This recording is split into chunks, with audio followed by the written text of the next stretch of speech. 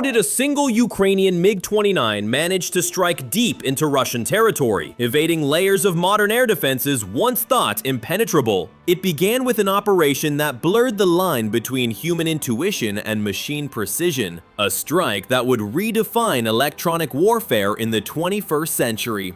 Before dawn, the jet sliced low across the Dnipro River, hugging the terrain at barely 50 meters above ground level. Russian radar operators in Bryansk were still recalibrating their frequency filters when the MiG silhouette vanished into the static of the early morning interference. Sources from Defense News confirmed the aircraft was equipped with an upgraded Western avionics suite, integrating US-supplied GPS-INS modules capable of dynamic frequency hopping, an innovation previously unseen in post-Soviet fighters. This wasn't a random sortie. The target, a classified drone manufacturing complex outside Kursk, had become vital to Russia's cross-border strikes on Ukrainian infrastructure. Analysts at Jane's Defense Weekly noted that these factories were producing next-generation reconnaissance and attack drones modeled on Iran's Shahed series, now equipped with locally modified AI navigation systems. Disrupting that supply chain could delay hundreds of future attacks across Ukraine's front lines. In coordination with NATO's intelligence network, Ukraine's Air Command mapped a corridor through which the MiG-29 could exploit known radar blind spots created by the curvature of terrain and power line clutter. US and British surveillance satellites provided near real-time updates on electromagnetic activity across western Russia, allowing for precise calibration of the attack window, timed to coincide with a shift change inside the target complex. As the pilot advanced toward Russian airspace, electromagnetic readings surged. Russian S-400 radars began sweeping the horizon, their signals bouncing chaotically off low-lying mist and urban reflections. This moment tested every layer of the MiG's updated countermeasures, American-made ALQ-131 electronic jamming pods, and locally integrated Ukrainian software that mimicked radar signatures of civilian aircraft to confuse early warning systems. Think of it as a ghost flight, said Colonel James Whitaker, a retired U.S. Air Force analyst, speaking to BBC World News. It's not just flying under the radar, it's rewriting what radar even sees. The operation's success depended not only on stealth, but also on the synchronization of multiple supporting units. Ground-based EW teams along the Ukrainian border launched decoy transmissions mimicking strike formations, diverting Russian interceptors eastward toward Belgorod.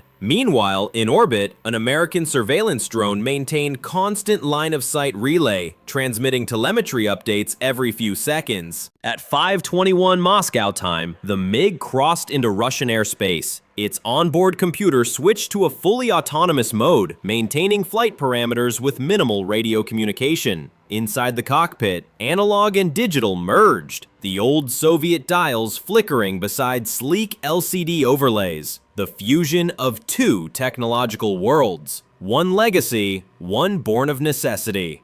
Observers describe the moment as a digital ambush. For roughly 7 minutes, Russian radar coverage experienced unexplained interference, possibly due to a synchronized microwave burst released from an unidentified UAV platform operating 40 kilometers north of the border. While Moscow has yet to confirm the disruption, NATO analysts believe it was a deliberate, timed electronic pulse, an electromagnetic curtain shielding the MiG's ingress. The question now hangs in the air. If a single, modified MiG-29 could pierce Russia's air defense network once, what does that mean for the balance of air power in 2025? Could this become the blueprint for future deep strike missions across the world, from Ukraine to the Pacific? Just seconds after crossing the invisible borderline, the MiG-29 began its most perilous phase, ascending through the chaos of Russian radar grids. The electromagnetic landscape ahead was alive with threats. Russian S-300 and S-400 systems blanketed the sky with overlapping detection cones, while mobile Buk M2 launchers prowled near Kursk. Every sensor pulse meant potential death. To counter that, Ukrainian planners had engineered an electronic ballet. As the jet initiated a brief climb to strike altitude, ground units launched synchronized decoy drones, cheap, expendable models built from modified civilian UAVs. Each one emitted a radar signature designed to resemble a full-sized fighter. Within seconds, Russian radar screens lit up with false positives. Confused operators scrambled to track multiple intruders, while the real MiG threaded through the confusion at nearly Mach 1. The electromagnetic duel intensified. Russian GPS jammers, centered around Belgorod and Orel, unleashed wide-spectrum interference designed to blind precision weapons. But the MiG's onboard system adapted instantly, shifting to a hybrid inertial navigation mode. According to Defense Express Ukraine, these counter-jamming protocols were refined in cooperation with Western defense engineers, combining NATO's standard algorithms with Ukraine's own wartime software innovations. At 5:27 a.m., the aircraft reached release altitude, barely 3,000 meters, still within the kill zone of short-range SAMs. The pilot locked onto coordinates of the target, a sprawling drone factory consisting of 3 main halls: assembly, programming, and fuel storage. Moments before release, a burst of static filled the radio channel. Russian interceptors were vectoring toward the area. 2 Su-35s scrambled from Kursk airfield. Time was collapsing. The MiG maintained course, banking sharply to align for a parallel release path.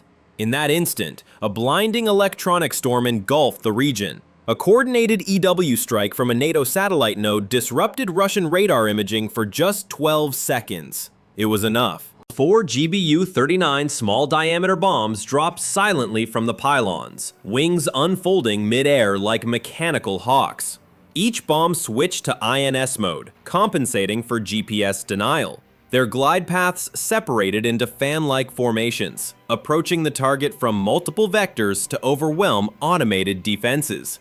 Down below, Russian Pantsir S-1 systems opened fire, 30mm cannons chattering through the haze. But the GBU-39s were too small, too fast, and too many. Within seconds, the first impact ripped through the assembly hall, followed by a second blast that tore the command section apart. Surveillance later confirmed a series of secondary explosions, most likely fuel or lithium-ion batteries from the drones under test. What made this strike remarkable wasn't only its precision, it was the fusion of Western technology with Ukrainian adaptability. We're witnessing the birth of hybrid avionics warfare, explained Marcus Ellison, an analyst from Jane's Air-Launched Weapons Review. Old airframes, new mines, and algorithms capable of improvisation under jamming pressure. That's the future of air combat. Meanwhile, Russian media scrambled to interpret what had happened. State outlets briefly reported an industrial accident, but satellite imagery published by Reuters hours later showed blackened craters across the complex.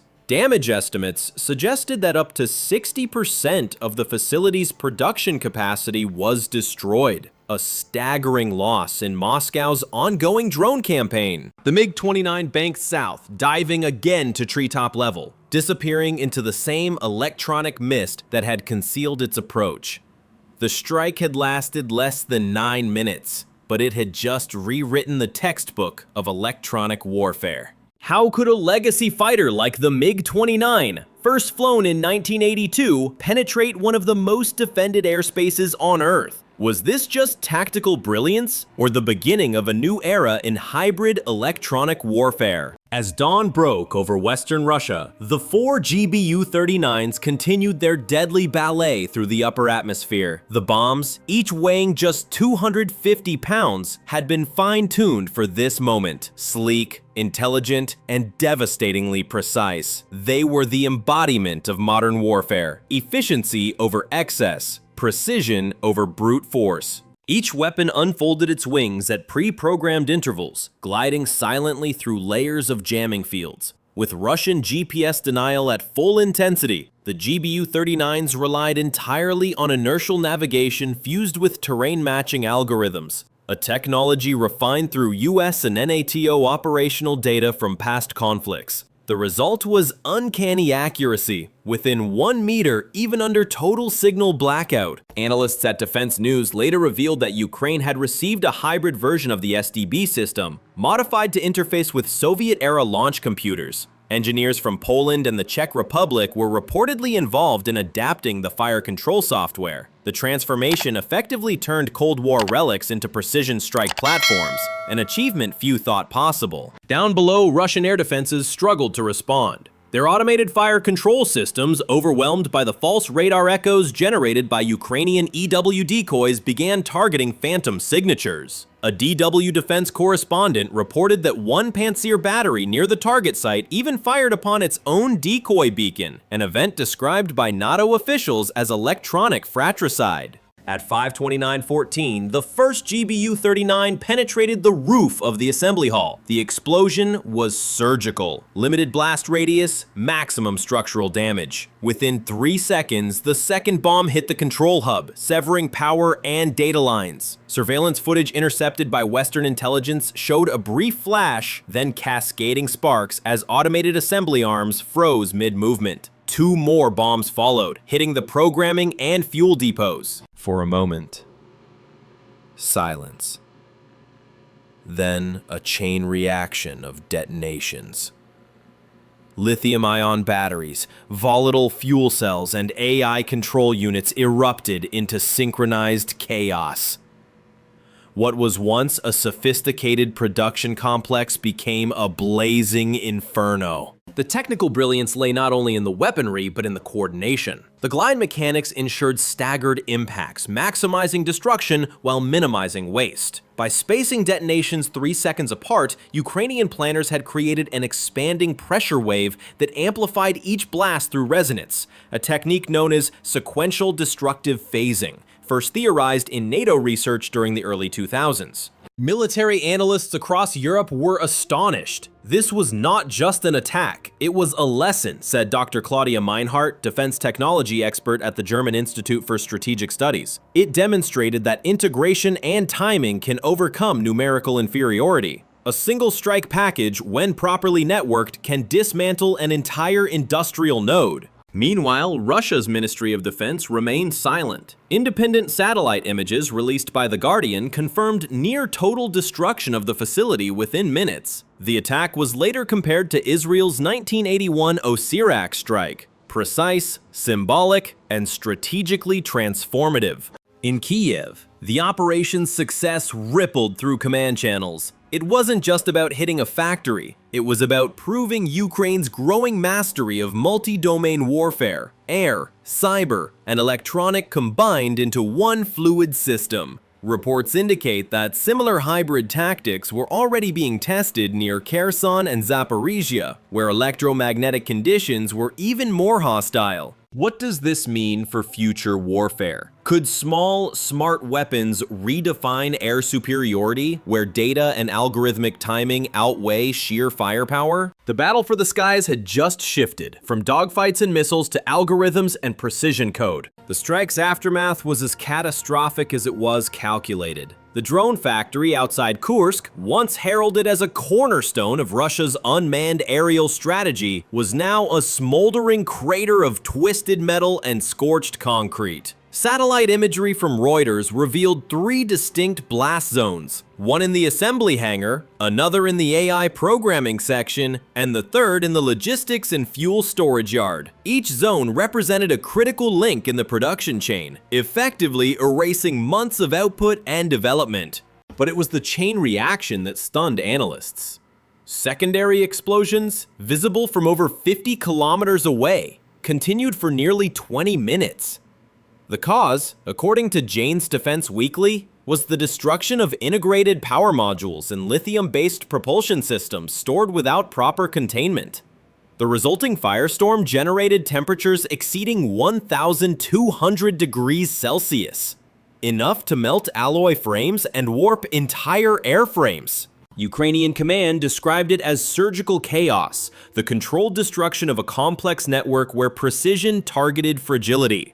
Western observers compared it to the US shock webs concept, a strike pattern designed to ripple through logistical dependencies. When one node collapses, every attached function implodes. In the hours that followed, Russian emergency crews rushed to contain the fires, but every attempt to restore systems revealed deeper failure. Power relays shorted, servers were destroyed, and the site's internal network, once connected to Russia's broader defense grid, was rendered useless. Even Moscow's Ministry of Defense was forced to acknowledge industrial losses. What made this attack uniquely modern was not the scale of destruction, but the synergy of intelligence, timing, and engineering. NATO's Defense Intelligence Fusion Center later analyzed that Ukrainian planners had modeled the entire operation using synthetic battlefield environments. This digital simulation allowed every phase, from ingress timing to bomb glide angles, to be rehearsed virtually thousands of times before execution.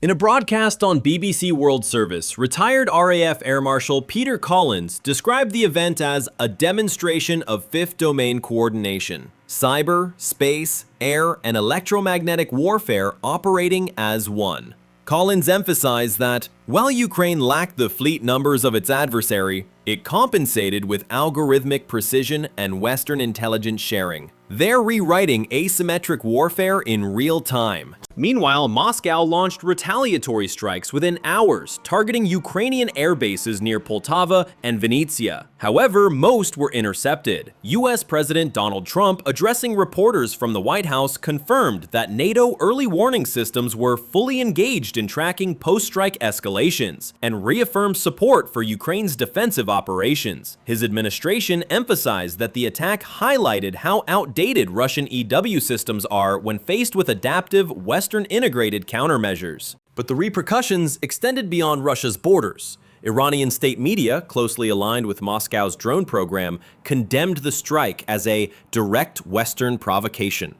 Yet Western analysts saw it differently. A warning shot, illustrating how hybrid warfare could neutralize vast production capabilities without a prolonged air campaign. Back in Europe, defense think tanks began comparing Ukraine's tactics to those Israel used in Syria. Short, intense, multi-domain precision strikes leveraging deep intelligence rather than brute force. Experts from The Guardian noted that the psychological effect might be as powerful as the physical damage. Russia's belief in its industrial invulnerability had been shaken. "The message is clear," wrote columnist Paul Reynolds. "No fortress built on electronic arrogance can withstand algorithmic precision." As fires continued to rage through the wreckage, one question burned brighter than the flames themselves. How long before such strikes evolve into a doctrine, one that even NATO might one day adopt? The MiG-29, its mission complete, now faced the deadliest part of the journey: getting home alive. Russian interceptors were already clawing at the sky, hunting for the intruder that had humiliated their defenses. Two Su-35S fighters, vectored from Kursk and Voronezh, began sweeping arcs through the early morning haze, their radar cones widening like the jaws of a trap. For the Ukrainian pilot, survival depended on geometry, not speed. Every movement had to anticipate enemy radar cycles, terrain shadows, and atmospheric interference. According to Defense Express, the MiG-29's onboard EW system, an improvised integration of American ALQ-131 pods with Ukraine's Kortitsia digital countermeasure suite, created a dynamic false radar image, projecting multiple ghost signatures behind the aircraft. To the Russian interceptors, the MiG appeared to split into three separate targets. Below, the terrain became both ally and enemy. The pilot dropped to less than 50 meters, using forests, hills, and even power lines to break radar locks. Russian SAM sites launched volleys of SA-15 missiles, their exhaust trails streaking the morning sky,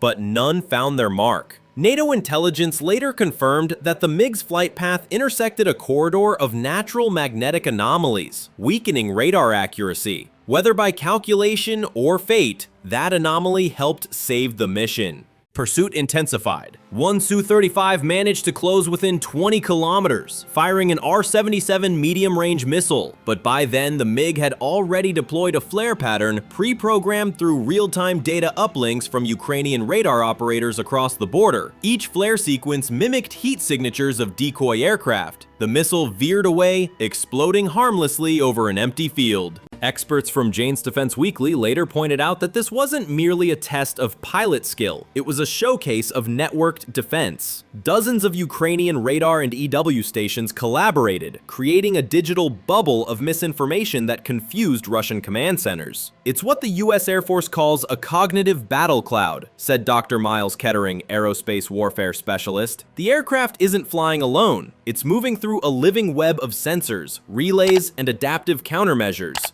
The MiG crossed back into Ukrainian airspace with fuel almost depleted, engine temperature redlining. Crews on the ground guided it to a makeshift runway hidden beneath camouflage nets. As the landing gear touched down, the jet's right engine sputtered out, metal fatigue from overspeeding during evasive maneuvers. But it was home. Mission accomplished. Minutes later, Western satellites captured the first clear post-strike imagery confirming the total collapse of the Kursk drone facility. Analysts estimated losses exceeding 400 drones, including 60 high-value AI-guided prototypes. Russia's drone offensive capability, which had terrorized Ukraine cities for months, had just suffered a strategic decapitation. In Washington, President Donald Trump addressed the situation directly, calling it a moment of truth for modern air warfare. He emphasized the success of defensive cooperation and intelligence fusion, noting that the operation showcased how precision and brains can overcome brute power. Meanwhile, the Pentagon confirmed that US-made systems had not been directly used in Russian territory, but praised Ukraine's exceptional tactical integration. NATO commanders, speaking anonymously to BBC Europe, admitted the event would likely reshape Allied strike doctrine.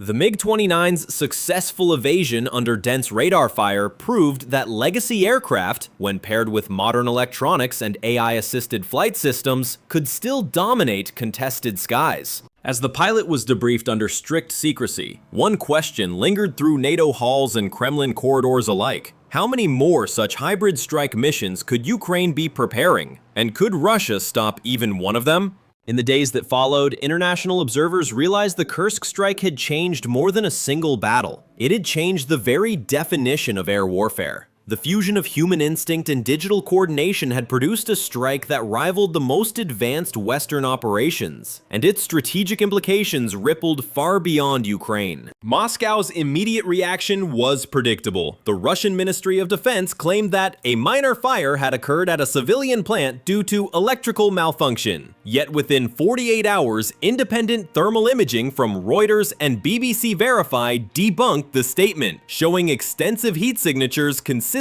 with precision airstrikes. The factory's output, analysts confirmed, had ceased entirely. The impact reverberated across NATO and Asia alike. Pentagon analysts noted that Ukraine's method, using legacy aircraft like the MiG-29 in coordination with satellite-based EW support, could inspire smaller allied nations facing technologically superior foes. Defense experts compared it to the kind of tactical creativity once seen during the 1973 Yom Kippur War, when Israeli pilots developed impromptu countermeasures to overcome Soviet SAM systems. This operation will be studied for years, said Dr. Samantha Voss, senior fellow at the Center for Strategic and International Studies, CSIS.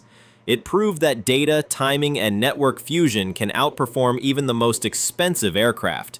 It's the democratization of air power. In the Middle East, the message was equally resonant. Israel's military analysts drew parallels between Ukraine's hybrid tactics and their own multi-domain strikes against Iranian targets in Syria. Al Jazeera quoted Iranian defense officials accusing NATO of open digital interference, while DW reported that Tehran had immediately reinforced cyber defenses in its drone research centers. Meanwhile, China's military watchers took particular interest. According to The Guardian's security desk, Beijing strategists began re-evaluating how US and allied forces might adapt similar swarm precision tactics in a potential Pacific conflict. The operation demonstrated that even a single aircraft, if networked into a robust EW grid, could disable high-value targets without committing a full strike wing. For NATO, the lesson was clear. Future wars would not be won by fleet size, but by digital coordination. General Michael Harrington, NATO's Supreme Allied Commander Europe, summarized it best during a closed briefing later leaked to Defense News. Legacy aircraft are no longer obsolete. They are platforms for adaptation. Ukraine just proved that with a MiG older than most of its pilots. Within Ukraine, morale soared. The strike was broadcast globally as a symbol of ingenuity and defiance. Civilian engineers who had spent nights in blackout workshops wiring Western and Soviet systems together suddenly became national heroes. For the first time in months, headlines shifted from defense to initiative, from surviving to shaping the war itself. But beyond the celebration lay deeper strategic ripples.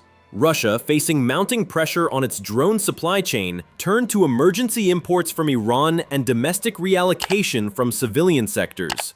Western sanctions tightened, and energy markets trembled as renewed escalation loomed. The attack had not only burned a factory, it had ignited a question about the future stability of modern conflict. Even inside NATO headquarters, analysts debated how far Ukraine's ingenuity could stretch before crossing invisible red lines. Could hybrid strikes like this eventually trigger direct confrontation between great powers? Or would they instead set a new precedent, limited, digital, and surgical, where warfare becomes a contest of precision rather than attrition? As smoke from Kursk faded into the cold spring air, one truth remained. The strike wasn't just a Ukrainian success story. It was a turning point in global military doctrine, a reminder that innovation thrives under pressure, and that even the smallest aircraft can shift the balance of power when data, courage, and precision converge. Could the next great military revolution begin not in Washington, Moscow, or Beijing, but in Kiev? And if so, how long before the world's air forces learn to fight the same invisible war? The 2025 Ukrainian MiG-29 strike on the Kursk drone facility redefined air warfare. Merging vintage Soviet engineering with cutting-edge Western electronics, Ukraine achieved a near-impossible penetration through Russia's dense radar grid. 4 GBU-39 precision bombs, guided through severe jamming, obliterated the target in under 10 minutes, crippling Moscow's drone production. Analysts from Reuters, Defense News, and Jane's hailed the mission as the first true example of hybrid avionics warfare, combining human intuition with algorithmic precision. The attack exposed the limits of Russian EW systems, reshaped NATO tactical doctrines, and sparked global reactions, from Iranian accusations to Chinese strategic reassessment. For the US, President Donald Trump called it a testament to defensive innovation. The operation marked a shift toward warfare driven by digital integration, real-time intelligence, and adaptive use of legacy platforms. It wasn't just a Ukrainian victory. It was a blueprint for how small nations could challenge technological giants.